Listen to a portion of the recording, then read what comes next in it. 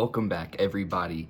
Today we are going to be talking about Ghostbusters Frozen Empire. I'm pretty much going to stay away from spoilers on this one, and this one's really going to be rather short. It's really more or less going to be more of a quick fire review. I'm not really going to go into too much detail, but a lot of feelings about how I feel about this movie. So I do want to preface this that I know some people had some of their issues with Ghostbusters Afterlife.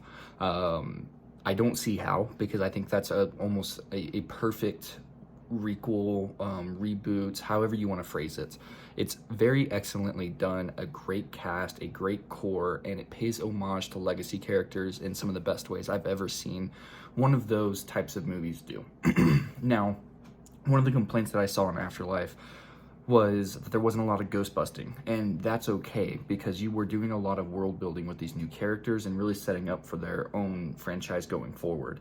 And again, that's okay. That's why it was extremely forgivable, because there were so many other redeeming qualities in that lieu of that world, right? So they had an amazing springboard. I do genuinely believe that Ghostbusters Afterlife is the second best Ghostbusters movie, and I get it. There's only 4 to really go off of, but I mean that's still pretty strong praise because I love every one of the Ghostbusters movies.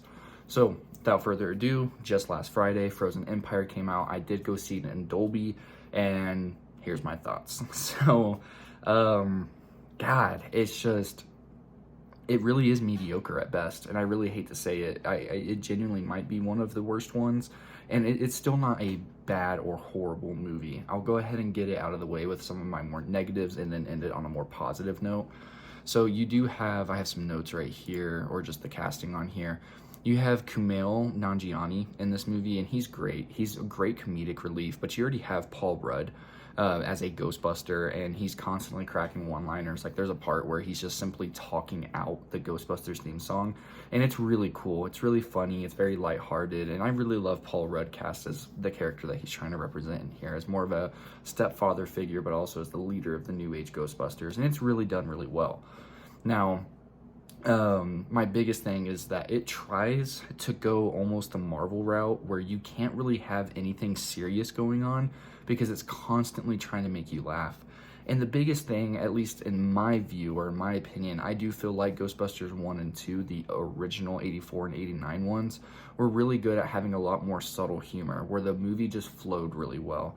Recently in our Ghostbusters podcast episode, I had referenced a part in Ghostbusters 1 where it's like Dan Aykroyd and Bill Murray are talking on like the steps of this building and stuff like that, and he's like, what, everybody has 3 or 4 mortgages on their houses nowadays, like what, you just don't want to do that? Like, just goofy stuff, but it's so passive. It's not meant to like make the whole place burst out or like stop the flow or just make it laugh and then back to serious business.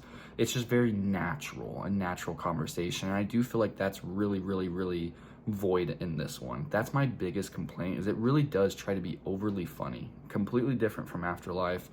And I get it, Paul Rudd, he's a goofy dude. I love him. He's great in almost everything that he does, but it just doesn't work in this vein, in my opinion. It really breaks up the pacing, and I feel like they try to focus too much on that, even though a lot of the humor really does land. It just doesn't feel organic, right? Now, this was directed by Gil Kenan. He did write Afterlife. He wrote and directed this one. So I don't really know how I feel about that. Maybe that's where things went wrong. You could tell that they were cooking something really good here. The core cast with McKenna Grace, Finn Wolfhard, really solid. They're great in what they do, right? But the biggest thing is, like, I saw a lot of complaints about like it overly focusing on the legacy characters, but the problem is that's really not the case. You know, you have Dan Aykroyd's character that really does play a very important role in this movie because of how the Frozen Empire aspect of everything really does set itself up. So he's very important. Bill Murray is probably less than 10 minutes in this, and Ernie Hudson has a bigger role in this, and I think he was handled probably the best. Dan Aykroyd was handled really well. I really like how they made Ernie Hudson's character in this one. It was really well done, really well fleshed out, and that's a part of the world that I really want to see explored more, and what's inevitably going to be a 3rd installment. But my biggest complaint is the lack of a claustrophobic ghost-busting scenario. There's only really, unless my mind just really got frazzled while watching this, there's really no ghost busting. You have the ghost busting at the very opening, and then world building, and then you have ghosts, but it's more trying to figure out the Frozen Empire aspect of the plot that they're trying to set up, and then you have your big one at the very end. But it doesn't feel like a massive amount of ghost busting, and that's where it needs to get back to. This is where that really should have shined instead of more world building. I don't need 2 movies of world building for Ghostbusters of all things. It's a very simple premise. It's a very simple thing. And again, I was okay with the lack of it in Afterlife, but in this one, it's a little bit less forgivable considering the zanier plot elements that have it in this. The plot is really all over the place in this one. It's really not done that well. A lot of the world building and character building that they really try to do in this one just really falls flat. It really does. A lot of what they did set themselves up for with success in Afterlife really just didn't really hit in this one. So in the positives, McKenna Grace is phenomenal. You could tell that, you know, they understood that she really shined the light and really stole the show in Afterlife, and so they gave her much more of a pivotal role in this one, and she's the main character, more or less. There's really no other way to say it. Everybody else absolutely almost everybody else is a side character in this one, and really has secondary elements compared to everybody else. Even like what was considered to be like the new core for the Ghostbusters, it's really just McKenna Grace in this one. I do like the plot elements of the Frozen Empire aspect. I thought that was really, really done well, but it overly explains it. Like, there's this part in here, and this will be mild spoilers. There's this part in here where they go and talk, and it's Patton Oswalt, who's like this more or less like librarian and stuff like that. It's the same library from Ghostbusters 1 with the librarian, classic scene. So then they show him the relic that really sets up like the Frozen Empire aspect, and then he's like, oh yeah, I've seen that. And he goes to like this super, super obscure thing, and then shows like this super obscure painting where you can barely even tell that that's the orb. It's just like a cave dwelling painting, and it's just kind of goofy. I don't know. I think they really try to be overly funny. I really don't get it. Sony has been kind of missing a lot with a lot of what they've been coming out with, especially like Madam Web, it feels like they're just kind of just throwing things out there, and I really don't like it. But again, like, there is so much redeemable about it. I'm not trying to sound overly negative about it, because there is a lot of positives. Kumail's character, he's really great, really funny, but at the same time, the plot elements and the structure for it really just doesn't make sense. You could have taken that all out, and I really think the plot probably would have worked a lot better, instead of just kind of shoehorning in his character. And then they really should just focus on the core 4. What you do get here, the parts with McKenna Grace really carry everything.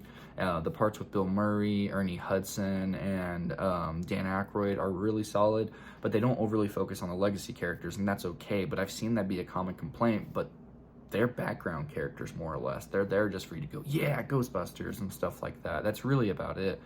So whenever it comes to that, I really just think that the movie probably should have needed more time to cook. I really do.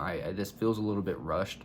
It doesn't feel finished, if that makes sense. Like, the ending, I really didn't care much for like the last ghostbusting scene.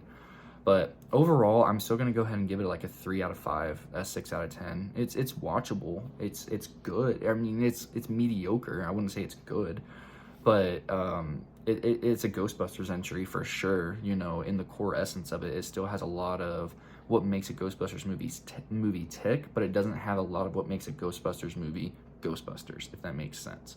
It doesn't make it a full package. It's really passable as a Ghostbusters movie, but nothing much more than that. And I really think with what they have here, they really should have done a lot more. So yeah, like I said, about a 6 out of 10, 3 out of 5. It's not horrible. It's not an unwatchable mess. I've been seeing like 3 and 4s out of 10. It's not that bad. No, not at all. Like, that's pretty subpar. They have a lot of really good things going on for this movie. It's just a lot of it doesn't have time to really like finesse itself and really get up there and structure itself and pace itself extremely well. So thank you guys so much for tuning in to my Ghostbusters Frozen Empire review. Until next time, we've got a lot of exciting things headed this way to the channel. Stay tuned, comment, like, subscribe. Let me know if you feel differently. Let me know if you found the movie to be great. Let me know especially, do you think the comedic elements in this movie really worked, or do you think that they just felt really shoehorned in like I did? Until next time, guys, see you later.